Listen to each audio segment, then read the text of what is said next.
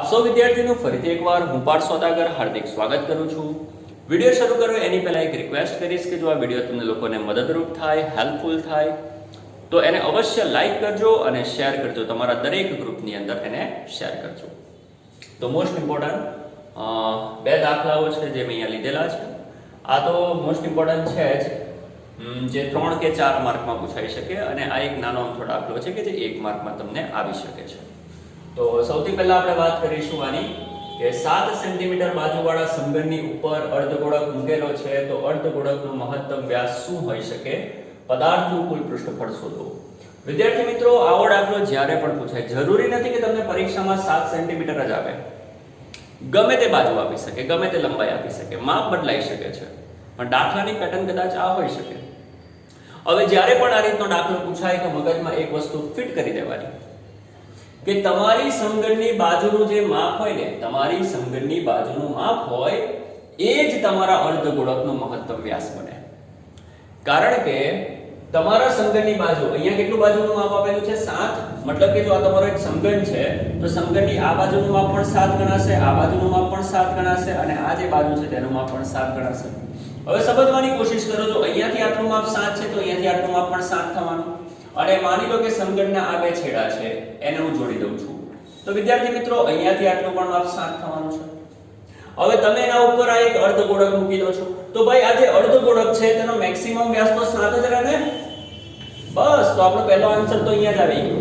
તો પહેલો આન્સર એકદમ સાદી ભાષામાં લખવાનો, અહીંયા હું બોર્ડ ઉપર લખતો નથી પણ તમારે યાદ રાખવાનું। શું લખવાનું તમારે દરેકે?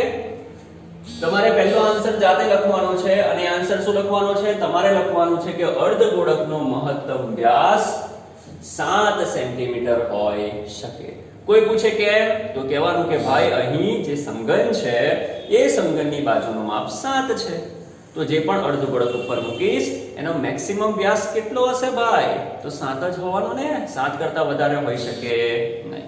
તો પહેલો આન્સર આવશે 7। ચાલો, આટલી વસ્તુ ક્લિયર થઈ ગઈ। હવે આપણે આગળ વધીએ છીએ। પદાર્થનું કુલ પૃષ્ઠફળ શોધો। પદાર્થનું કુલ પૃષ્ઠફળ શોધો તો આની ગણતરી હું તમને લોકોને કરાવું છું। પહેલો આન્સર બહુ સિમ્પલ હતો એટલે હું તમને કહું છું કે તમારે જાતે લખવાનું। શું લખવાનું? અર્ધગોળકનો મહત્તમ વ્યાસ શું હોઈ શકે? 7 સેન્ટીમીટર। ક્લિયર? આગળ વધીએ। પદાર્થનું કુલ પૃષ્ઠફળ શોધો। વિદ્યાર્થી મિત્રો, તમારે આનું કુલ પૃષ્ઠફળ શોધવું છે। હવે કુલ પૃષ્ઠફળ શોધાય કેવી રીતે? તો પહેલા સમજવાની કોશિશ કરો। તમારી આખી આ જે રચના છે એ રચનામાં તમારી પાસે શું શું છે? તો ભાઈ તમારી પાસે બે વસ્તુ છે, એક તો તમારી પાસે આ સમઘન છે અને બીજો તમારી પાસે અર્ધગોળક છે। એક તો આપણી પાસે સમઘન છે અને બીજું આપણી પાસે અર્ધગોળક છે। તો બહુ સિમ્પલ છે ભાઈ, પદાર્થનું કુલ પૃષ્ઠફળ બરાબર સમઘનનું પૃષ્ઠફળ અથવા તો સમઘનનું ક્ષેત્રફળ વત્તા આ કોણ છે? તમારો અર્ધગોળક છે તો લખવાનું અર્ધગોળકની વક્ર સપાટીનું ક્ષેત્રફળ। આપણે શોધવું છે પદાર્થનું કુલ પૃષ્ઠફળ, તો પદાર્થનું કુલ પૃષ્ઠફળ બરાબર સમઘનનું પૃષ્ઠફળ વત્તા અર્ધગોળકનું પૃષ્ઠફળ। અને આપણે પૃષ્ઠફળને ક્ષેત્રફળ કહીએ છીએ કે નહીં કહેતા? બસ, તો મેં એ જ વસ્તુ લખેલી છે કે પદાર્થનું કુલ પૃષ્ઠફળ બરાબર સમઘનનું ક્ષેત્રફળ વત્તા અર્ધગોળકનું ક્ષેત્રફળ। અર્ધગોળકનું ક્ષેત્રફળ સમજ પડી કે ના પડી આટલી વસ્તુ? હવે સમજવાની કોશિશ કરો, એક નાનો અમથો વિચાર કરો। માની લો કે આ એક સપાટી છે અને જો આ સપાટીની ઉપર માની લો કે અહીંયા એક આવી ડીશ છે, માની લો કે આ એક ડીશ છે। હવે જો આ સપાટીની ઉપર હું આ ડીશને મૂકી દઉં, ઓકે, તમને દેખાય છે કે જો આની ઉપર હું આ ડીશને મૂકી દઉં તો ડીશનો આ જે આડછેદ છે, મતલબ કે ડીશનો આ જે વર્તુળાકાર ભાગ છે એ વર્તુળાકાર ભાગ, આ વર્તુળાકાર જે ભાગ છે એટલો ભાગ આ જે તમારી ચોપડી છે, આ જે તમારી બુક છે એનો ઢંકાઈ જાય કે ના ઢંકાઈ જાય? હું આને આના ઉપર મૂકી દઉં તો આનો જે વર્તુળાકાર ભાગ છે, મતલબ કે આનું આ જે ક્ષેત્રફળ છે, આનું આ જે વર્તુળાકાર જે ક્ષેત્રફળ છે એટલો વિસ્તાર તમારી ચોપડી પરનો ઢંકાઈ જાય કે ના ઢંકાઈ જાય? તો વિદ્યાર્થી મિત્રો, એ જ વસ્તુને સમજવાની કોશિશ કરો। અહીંયા તમે અર્ધગોળાકારને સમઘનની ઉપર મૂકી દીધું છે જો અર્ધગોળાકારને તમે સમઘનની ઉપર મૂકી દેશો, અર્ધગોળાકારને સમઘનની ઉપર મૂકી દેશો તો અર્ધગોળાકારનો આ જે નીચેનો વર્તુળાકાર ભાગ જે છે એ વર્તુળાકાર ભાગ જેટલો વિસ્તાર, મતલબ કે આટલો વિસ્તાર ઢંકાઈ જશે. ઢંકાઈ કે ના ઢંકાઈ? જો હું અર્ધગોળકને સમઘનની ઉપર આ રીતે મૂકી દઉં તો એનો આ જે નીચેનો વર્તુળાકાર ભાગ છે, આટલો જે વિસ્તાર છે સમઘનનો, એ ઢંકાઈ જશે. એ જે પેલો અર્ધગોળક છે ને આ વડે ઢંકાઈ જશે.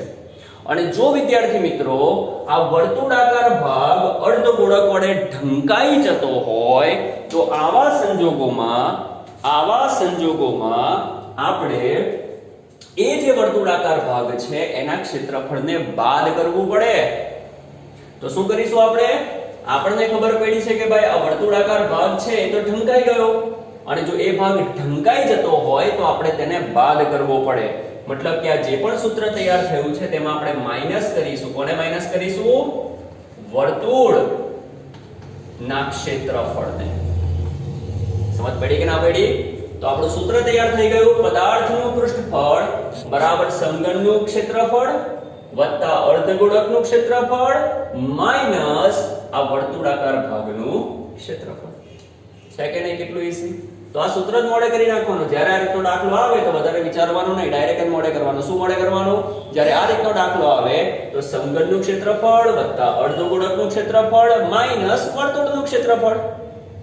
ચાલો સ્ટાર્ટ કરીએ.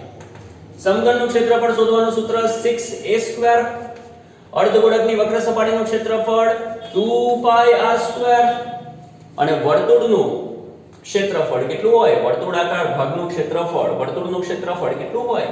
πr². વર્તુળ વડે ઘેરાતું ક્ષેત્રફળ πr². બરાબર કરીને 6a² તેના તે વત્તા કરીને 2πr² માંથી πr² જાય તો πr² બચે. ચલો કિંમતો મૂકવા લાગો. 6 ગુણ્યા a એટલે કે બાજુનું માપ.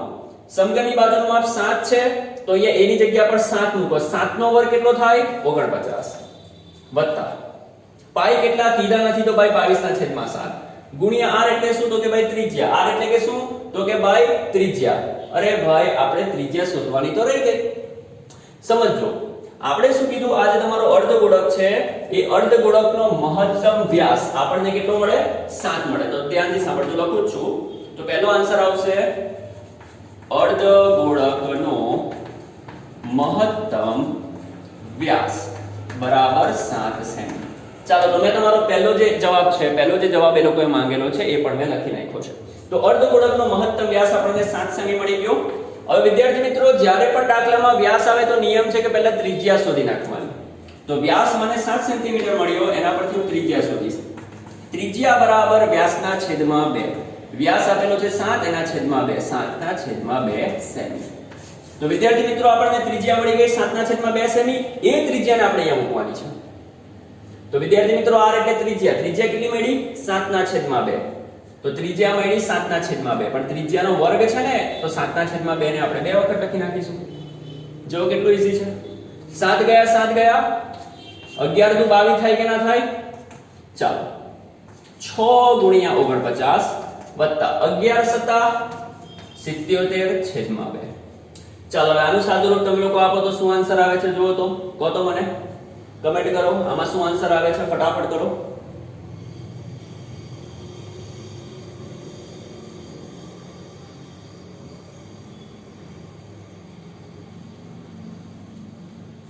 આનો આન્સર આવશે 294 અને આનો આન્સર આવશે 38.5. બરાબર. તમારે કરવાનું છે, ગણતરી કરવાની છે. બરાબર. અહીંયા ટાઈમ ના બગડે એટલા માટે હું ફટાફટ ગણું છું. તો આ બેનો ગુણાકાર આવશે 294 અને આ બેનો ભાગાકાર કરશો તો 38.5 આવશે.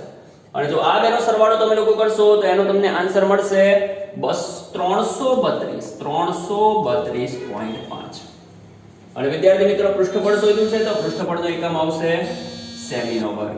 આગળના જેટલા પણ દાખલા મેં તમને લોકોને કરાવેલા છે વિડિયોમાં એ દરેકની અંદર હું તમને લોકોને ગણતરી કરાવતો હતો, પણ અત્યારે હું તમને લોકોને ગણતરી કરાવવાની ટાળીશ કારણ કે આપણી પાસે ટાઈમ એટલો બધો નથી. તો ફટાફટ જે પતે ફટાફટ આપણો વિડિયો પૂરો થઈ શકે એની માટે હું તમને લોકોને ફટાફટ કરાવું છું.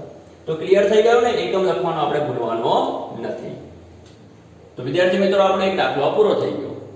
હવે આ જે દાખલો છે તે 1 માર્કમાં પૂછાઈ શકે છે અને ફટાફટ જોજો.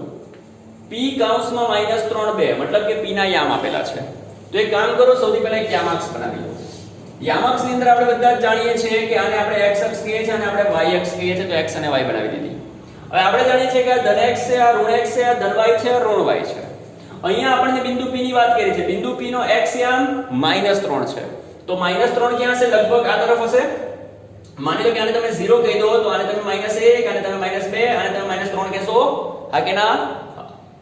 હવે p નો y યામ કેટલો છે? 2 છે. તો 2 ક્યાં હોય? y અક્ષ ઉપર. અહીંયા હોય કે ના હોય? આને 1 કહી દો, આને 2 કહી દો, આને 3 કહી દો. તો ચાલો, p ના યામ છે -3 અને 2. -3 ક્યાં જોવાના? x ઉપર જોવાના. તો x પર -3 અહીંયા છે અને 2 ક્યાં જોવાના? y ઉપર જોવાના. તો આ જે y ઉપર 2 અહીંયા છે. ચાલો આ બેને ભેગા કરી નાખો. આ બેને ભેગા કરી નાખો તો આ બિંદુ મળે. એનો મતલબ કે વિદ્યાર્થી મિત્રો, આ જે બિંદુ છે એ તમારું p બિંદુ થશે. કેમ? કારણ કે એ જે p બિંદુ છે તેના યામ કયા છે? -3 અને 2. તો સૌથી પહેલા જે પણ બિંદુ આપેલું એને મેં યામાક્ષમાં પ્રેઝન્ટ કરી નાખ્યું. હવે મને એવું કહે છે કે ભાઈ બિંદુ p માંથી y અક્ષ ઉપર લંબ દોરો. શું દોરો? લંબ દોરો. તો વિદ્યાર્થી મિત્રો, આ બિંદુ p છે. એ બિંદુ p માંથી હું y અક્ષ ઉપર લંબ દોરીશ. શું દોરીશ? લંબ દોરીશ. તો p માંથી y અક્ષ ઉપર લંબ, બોલો આ રીતે દોરાય કે ના દોરાય? p માંથી y અક્ષ ઉપર લંબ આ રીતે દોરાય કે ના દોરાય? હવે તમે વિચાર કરો, શું કહે છે કે y અક્ષ ઉપર જે લંબ દોરવામાં આવે છે એનો લંબપાદ m છે. મતલબ કે p માંથી જે તમે લંબ દોરો છો એ લંબ y અક્ષ ઉપર જ્યાં સંપાત થાય છે એ બિંદુને આપણે નામ આપવાનું છે m. તો આ બિંદુ તમારું m છે અને તમને પૂછે છે કે ભાઈ m ના યામ શું? m ના યામ શું? તો બહુ સિમ્પલ છે. આ જે તમારું બિંદુ છે તેના યામ કયા થયા? વિચાર કરો. જો તમારું આ જે બિંદુ છે તે કઈ અક્ષ ઉપર છે? y અક્ષ ઉપર છે.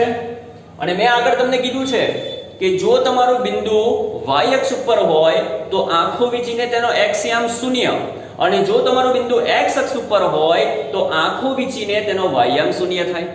અહીંયા તમે જોઈ શકો છો કે તમારું બિંદુ m y અક્ષ ઉપર છે અને જો બિંદુ m y અક્ષ ઉપર હોય તો તેનો x યામ 0 થઈ જાય. x યામ 0 થઈ જાય. અને y યામ કેટલો હોય? તો કે ભાઈ તમારું બિંદુ y અક્ષ ઉપર કેટલા અંતરે છે? 2 અંતરે છે. તમારું બિંદુ y અક્ષ ઉપર કેટલા અંતરે છે? તો કે ભાઈ 2 જેટલા અંતરે છે. તો y બરાબર 2 આવે. તો તમને x બરાબર 0 મળી ગયા, y બરાબર 2 મળી ગયા. બસ એના પરથી યામ લખાય કે ના લખાય? x, y. ચાલો x કેટલા લખવાના? 0 અને y કેટલા લખવાના? 2. અને હવે તમને બધાને ખબર જ હશે કે ભાઈ આગળ હોય તે x હોય ને પાછળ હોય તે y હોય.